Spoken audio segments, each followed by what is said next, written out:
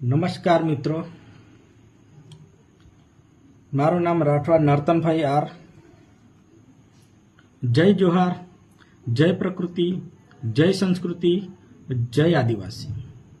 મારા નાના મોટા વડીલો, ભાઈઓ બહેનો ને જય જોહાર, જય પ્રકૃતિ. આવતીકાલે 9 ઓગસ્ટ એટલે કે વિશ્વ આદિવાસી દિવસ, યુનોના ઠરાવ મુજબ વિશ્વ આદિવાસી દિવસ મનાવવામાં આવે છે, જે આવતીકાલે આપણે ઉજવવા જઈ રહ્યા છે. એટલે કે વિશ્વ આદિવાસી દિવસની આપણે ખૂબ ખૂબ શુભકામના મિત્રો. વિશ્વ આદિવાસી દિવસ એટલે કે એના પરથી આપણે આપણી ઓળખ બચાવી રાખવાની છે.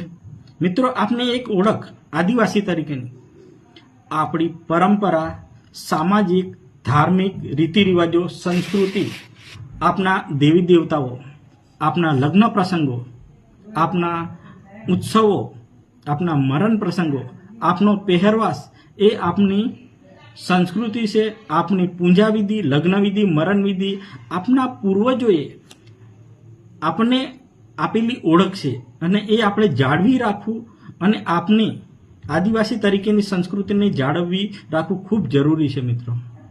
મિત્રો, જો આપણે આપના દાખલાઓ કરતા હતા એ જ રીતે કરવું જોઈએ.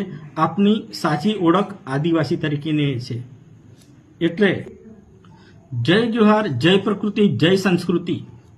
જે રીતે બીજાનું ઉદ્બોધન છે એવી રીતે આપણું પણ ઉદ્બોધન જય જોહાર, જય પ્રકૃતિ, જય સંસ્કૃતિ.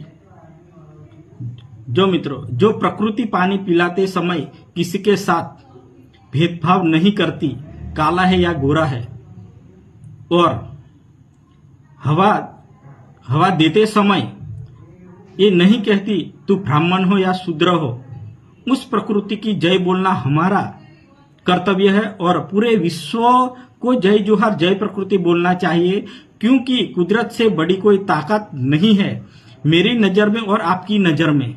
जय जोहार, जय प्रकृति. और न पूछो जमाने को क्या हमारी कहानी है, हमारी पहचान तो सिर्फ ये है कि हम सब आदिवासी हैं.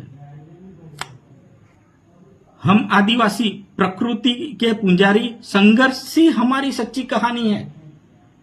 9 अगस्त 2025 विश्व आदिवासी दिवस. आप सभी देशवासियों को विश्व आदिवासी दिवस की हार्दिक शुभकामना. शिक्षा और संस्कृति जिंदगी जीने के मूल मंत्र है. शिक्षा कभी झुकने नहीं देगी और संस्कृति कभी गिरने नहीं देती.